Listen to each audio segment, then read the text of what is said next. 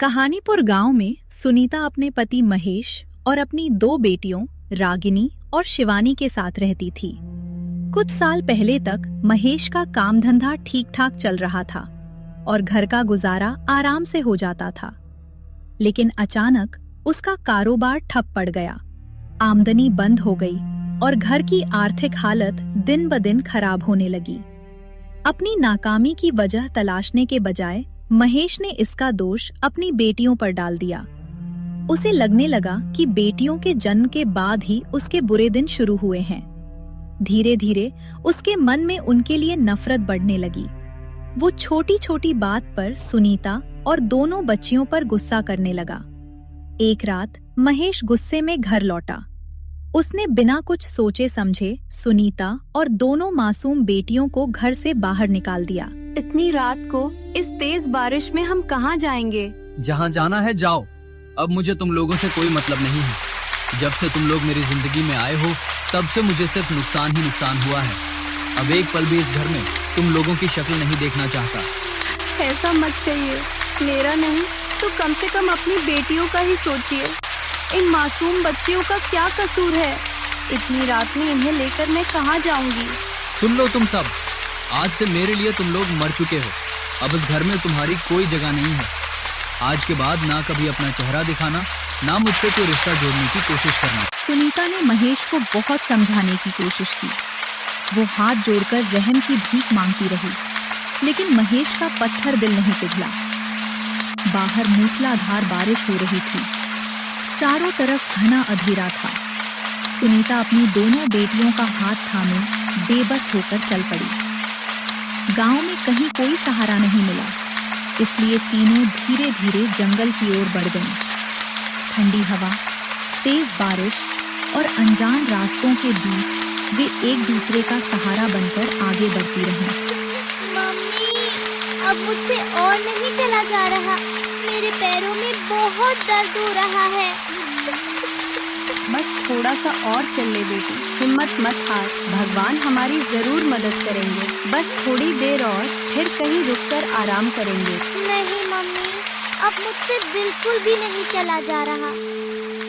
ठीक है, आज रात यहीं पे रुक जाते हैं, आगे की कल सुबह देखेंगे। मम्मी, मुझे बहुत भूख भी लगी है।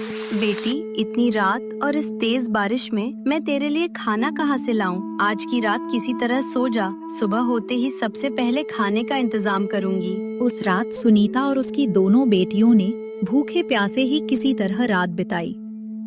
तेज बारिश लगातार बरसती रही, ठंडी हवाएं उनके शरीर को कंपाती रहीं। तीनों एक दूसरे से लिपटकर किसी तरह रात काटने की कोशिश करती रहीं। उनकी आंखों में नींद कम और आने वाले कल की चिंता ज्यादा थी। किसी तरह वो लंबी और दर्द भरी रात बीत गई। शिवानी बेटा, मैं तेरे लिए खाने के लिए कुछ लेकर आती हूँ। सुनीता धीरे धीरे जंगल के अंदर की ओर बढ़ने लगी। वो चारों तरफ उम्मीद भरी नजरों से कुछ खाने की तलाश कर रही थी। तभी कुछ दूर उसकी नजर एक पेड़ पर लगे जंगली फलों पर पड़ी। फल देखकर उसके चेहरे पर हल्की सी राहत दिखाई दी। हे भगवान, तेरा लाख लाख शुक्र है जो तूने खाने के लिए दिया। बस ऐसे ही अपनी कृपा बनाए रखना। इतना कहकर सुनीता जल्दी जल्दी फलों को लेकर अपनी बेटियों के पास पहुंची। माँ, मुझे अभी भी बहुत भूख लगी है। क्या मुझे खाने के लिए थोड़ा और फल मिल सकता है? नहीं, जितना दिया है उतना ही चुपचाप खा ले। अभी और फल नहीं है। अगर तू ही सब खा जाएगी तो शिवानी क्या खाएगी? रागिनी चुपचाप सब देखती रह गई। देखते ही देखते ऐसे ही कई दिन बीत गए।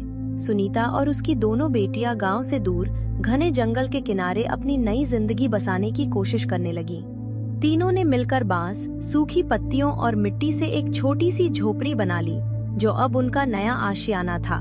रोज सुबह तीनों जंगल में सूखी लकड़ियां इकट्ठा करती और उन्हें पास की मंडी में बेचकर जैसे तैसे अपना गुजारा करती।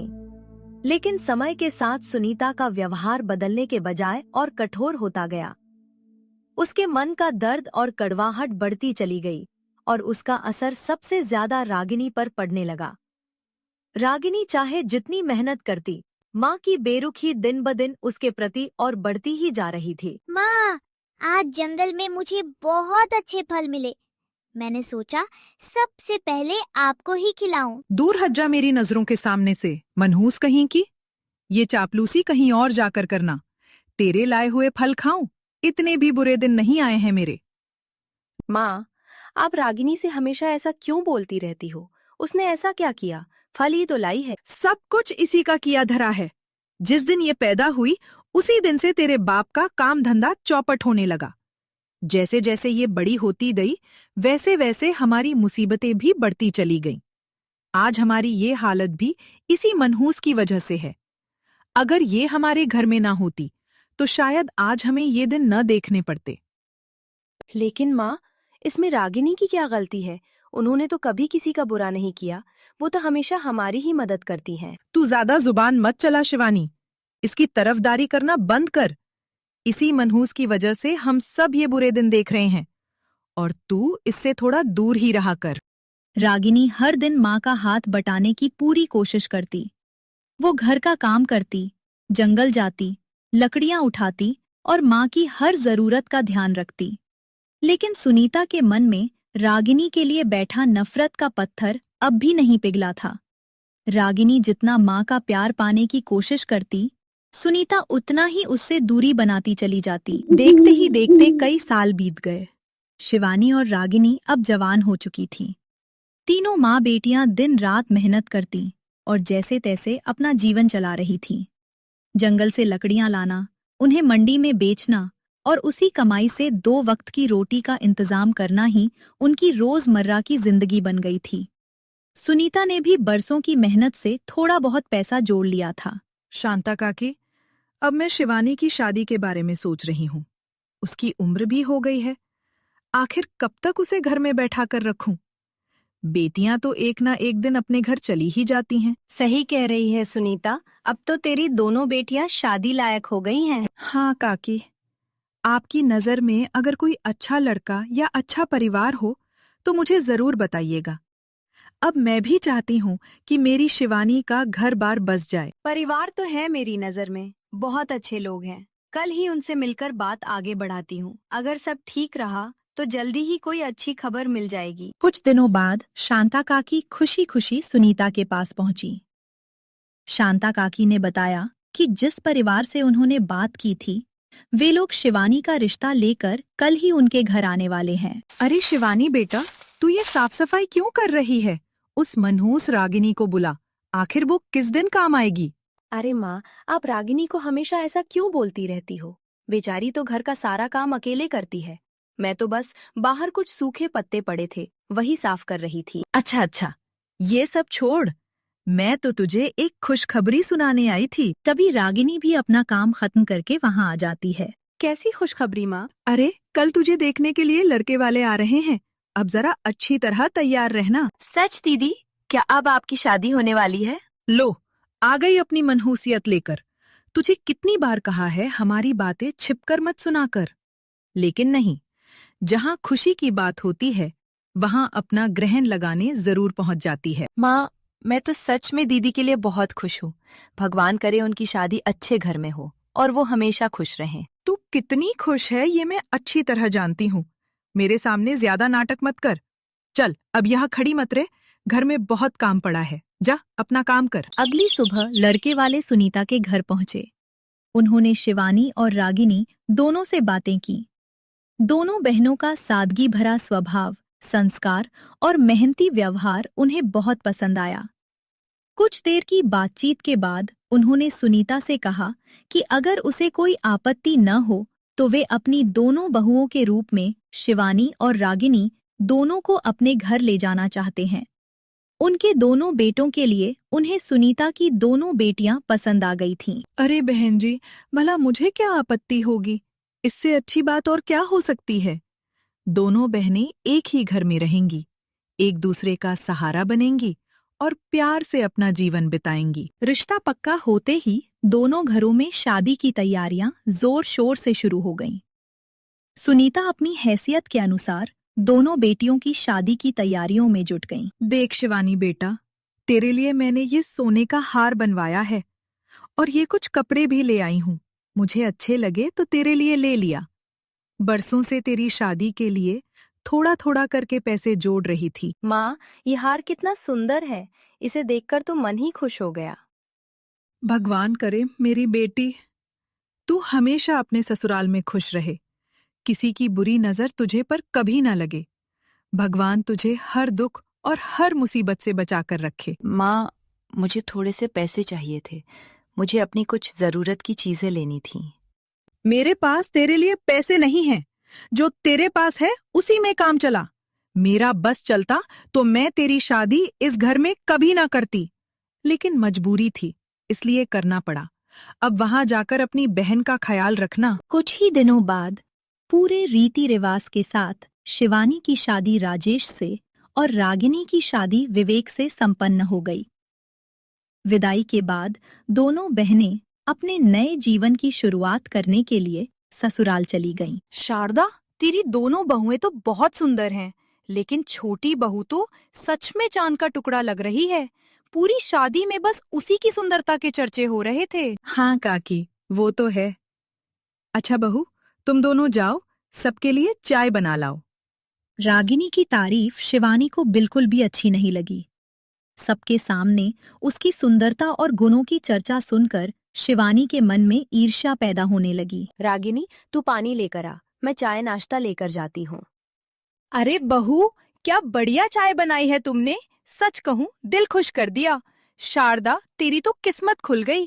अब तो तुझे रोज ऐसा ही स्वादिष्ट खाना पीना नसीब होगा। कुछ देर बाद सभी मेहमान शिवानी के हाथ की चाय, नाश्ते और खाने की तारीफ करते हुए अपने घर चले गए।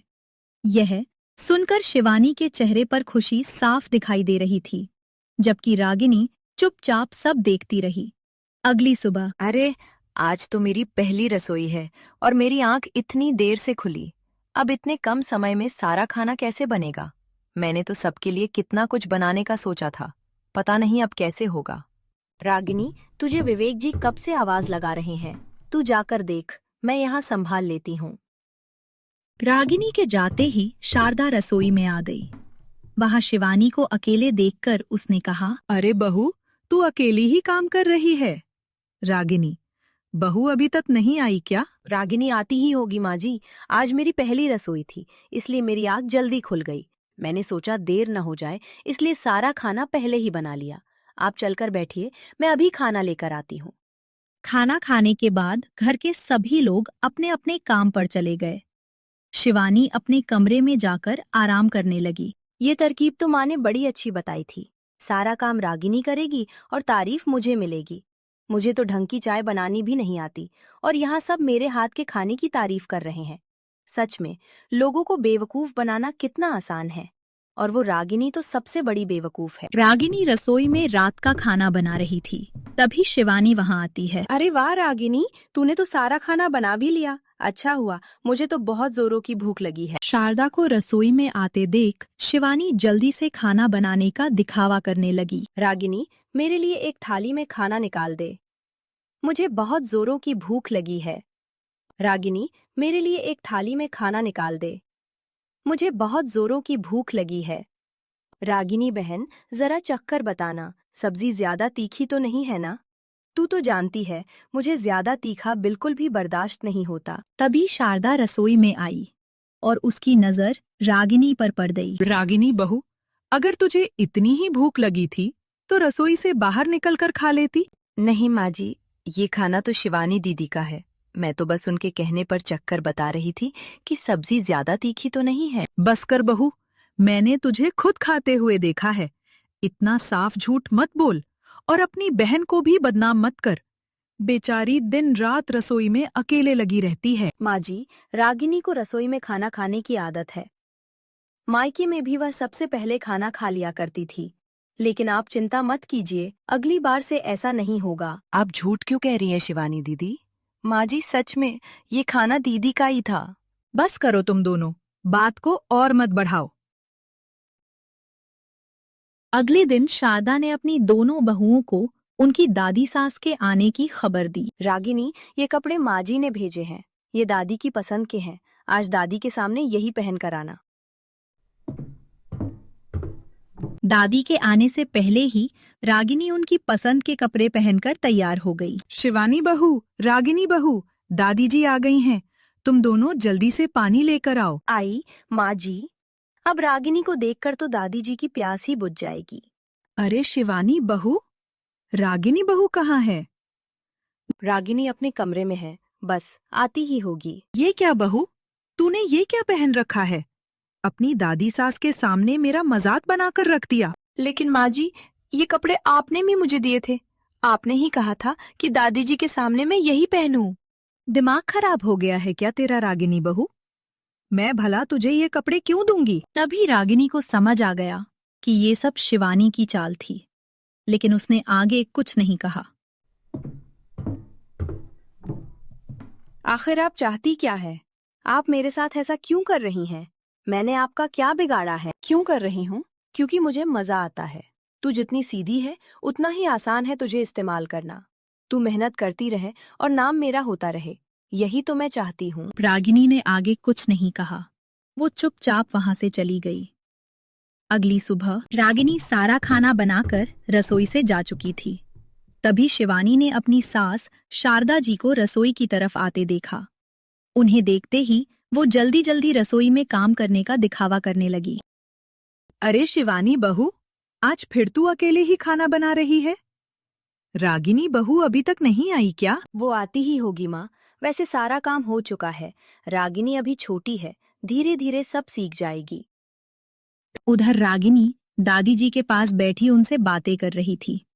तभी शारदा जी गुस्से में वहां पहुंची। रागिनी बहू, अपनी बहन से तुम कुछ सीखती क्यों नहीं? बेचारी सुबह से अकेले रसोई में लगी हुई है और तुम यहाँ बैठकर बातें कर रही हो। बातें तो खाना बनाने के बाद भी हो सकती थीं। माँ, मैं तो रसोई का सारा खाना बनाकर ही यहाँ आई हूँ। हाँ, मैंने अपनी आंखों से देखा है कौन खाना बना रहा था। तुम्हें झूठ बोलते हुए जरा भी शर्म नहीं आती? एक तुम्हारी बड़ी बहन है जो बहन और जेठानी दोनों का फर्ज निभा रही है, और एक तुम हो जिसे झूठ बोलने के अलावा कुछ आता ही नहीं। बस बहुत हो गया। कौन सच बोल रहा है और कौन झूठ, इसका पता अभी चल जाएगा। क्यों शिवानी बहू, तुम्हें तो कोई आपत्ति नहीं होगी ना? नहीं नहीं दादी जी, मुझे कोई दिक्कत नहीं है। तो फिर ठीक है, आज तुम दोनों हम सबके सामने खाना बनाओगी। उसके बाद अपने आप पता चल जाएगा कि इतने दिनों से असली खाना कौन बना रहा था। दादी रागिनी के कमरे में बैठी उससे बातें कर रही थी। तभी शारदा और शिवानी वहां आ गईं। अरे तुम लोग यहाँ? हम लोग भी अभी रसोई में ही आने वाले थे। माँ जी, शिवानी बहू आप सबसे कुछ कहना चाहती है। माँ, दादी, मैं आप सबसे कुछ कहना चाहती हूँ। आज तक घर का सारा खाना रागिनी ही बनाती रही। मुझे तो ढंग की चाय बनानी भी नहीं आती, लेकिन मैंने उसकी मेहनत का सारा श्रेय खुद ले लिया। दादी जी के आने वाले दिन भी मैंने ही रागिनी को वे कपड़े दिए थे ताकि सबके सामने उसे डांट पड़े और उसकी बेइज्जती हो। मैंने जानबूझकर हर बार उसे गलत साबित करने की कोशिश की। मुझसे बहुत बड़ी गलती हो गई। ईर्ष्या में मैं यह भूल गई कि रागिनी मेरी छोटी बहन भी है। उसने हमेशा मेरा साथ दिया, लेकिन मैंने उसकी अच्छाई का सिर्फ गलत फायदा उठाया। अगर हो सके तो मुझे माफ कर दीजिए। मैं अपने किए पर सच में बहुत शर्मिंदा हूँ। शिवानी बहू, गलती हर इंसान से होती है, लेकिन अपनी गलती मान लेना हर किसी के बस की बात नहीं होती। आज तुमने सच बोलकर अपने मन का बोझ हल्का कर लिया है, मगर याद रखना, झूठ से कभी किसी का घर नहीं बसता। घर हमेशा प्यार, विश्वास और सच्चाई से चलता है। दीदी, मुझे आपसे कभी कोई शिकायत नहीं थी। बस इतना दुख था कि जिस बहन को मैंने हमेशा अपना माना, उसी ने मुझे बार बार गलत समझवाया। लेकिन अगर आपको सच में अपनी गलती का एहसास हो गया है, तो मेरे मन में आपके लिए कोई बैर नहीं है। मैं आपको दिल से माफ करती हूँ। उस दिन के बाद शिवानी ने अपनी माँ सुनीता को भी अपने किए की हर सच्चाई बता दी। अपनी बेटी के मुंह से सब कुछ सुनकर सुनीता को भी अपनी गलतियों का एहसास हुआ। उसे समझ आ गया कि उसने बिना सच जाने रागिनी के साथ हमेशा भेदभाव किया और उसे हर बात पर गलत ठहराया। अपने किए पर उसे गहरा पछतावा होने लगा। ईर्ष्या इंसान से उसकी अच्छाई, रिश्ते और सम्मान तीनों छीन लेती है, जबकि सच्चाई, मेहनत और क्षमा हर टूटे रिश्ते को फिर से जोड़ सकती है। किसी की मेहनत का श्रेय छीनकर कभी सच्ची इज्जत नहीं मिलती, क्योंकि एक न एक दिन सच सबके सामने आ ही जाता है।